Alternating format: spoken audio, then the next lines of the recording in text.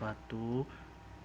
Kali ini materi pembelajaran bahasa Indonesia bersama Pak Ferry untuk kelas 7 akan membahas tentang cerita fantasi yang ada pada bab 2. Nah, di bab 2 ini akan kita bahas 5 hal. Yang pertama yaitu definisi, ciri, dan jenis cerita fantasi. Apa itu cerita fantasi, bagaimana ciri-cirinya, dan apa aja jenis cerita fantasi tersebut.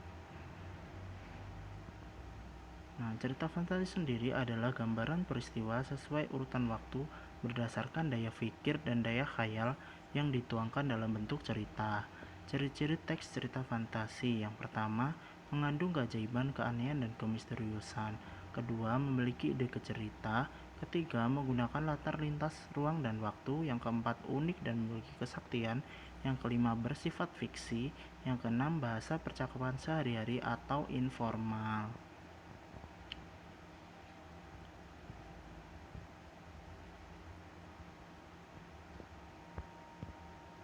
Nah, di pembahasan yang kedua kita akan membahas tentang jenis cerita fantasi. Ada dua berdasarkan latar cerita, yaitu latar lintas waktu, masa lampau, waktu sedaman, dan lintas waktu futuristik atau masa depan.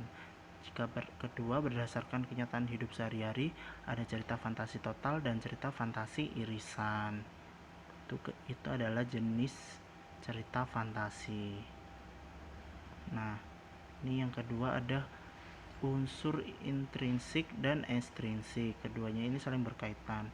Intrinsik ada 6, yaitu tema, amanat, latar, dan penokohan, alur, dan sudut pandang. Yang ekstrinsik ada bahasa, latar belakang pengarang, dan nilai-nilai yang terkandung dalam cerita fantasi tersebut.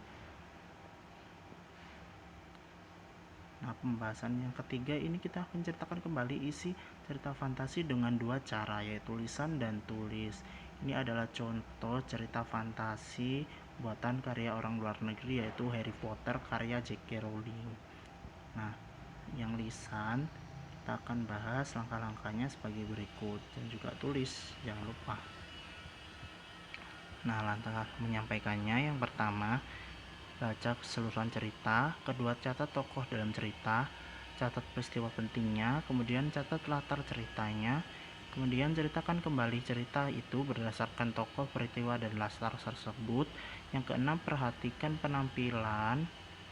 Yang ketujuh, intonasi, irama, dan artikulasi atau pelafalan. Yang kedelapan, ceritakan bagian pembuka, inti, dan penutup secara urut. Nah, kemudian bahasa tulisnya, langkah-langkahnya adalah sebagai berikut.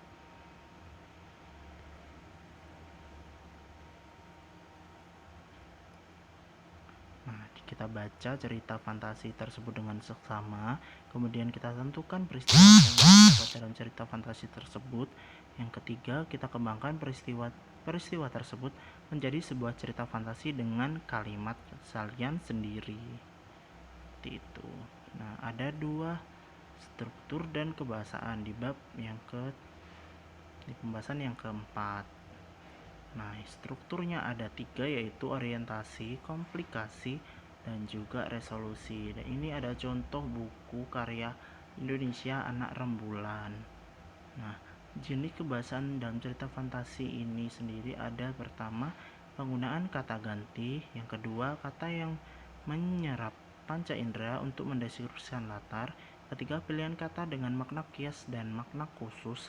Keempat, kata sambung penanda urutan waktu. Yang kelima, penggunaan kata atau ungkapan kejutan. Nah, yang terakhir di bab kedua ini ada penyusunan cerita fantasi. Ada yang merencanakan cerita fantasi dan menulis cerita fantasi. Langkah-langkahnya adalah sebagai berikut. Nah, langkah menulis cerita fantasi ada 2. Yang pertama, kita rencanakan isi ceritanya dulu. Nah, dengan cara yang pertama kita temukan ide penulisannya, kemudian kita gali ide cerita tersebut, kemudian kita buat rangkaian peristiwanya, dan keempat, kita kembangkan cerita fantasi tersebut. Baru setelah kita kembangkan, baru kita bisa menulis cerita fantasinya. Nah, setelah langkah-langkahnya sebagai berikut. Yang pertama, kita rencanakan kerangka karangannya dulu. Yang kedua, kita kembangkan kerangka tersebut. Nah, yang ketiga, kita beri judul yang menarik. Keempat, kita telaah dan revisi ceritanya sebelum kita publikasikan.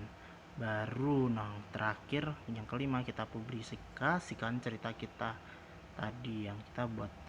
Nah, sekian materi pembahasan kali ini. Terima kasih. Wassalamualaikum.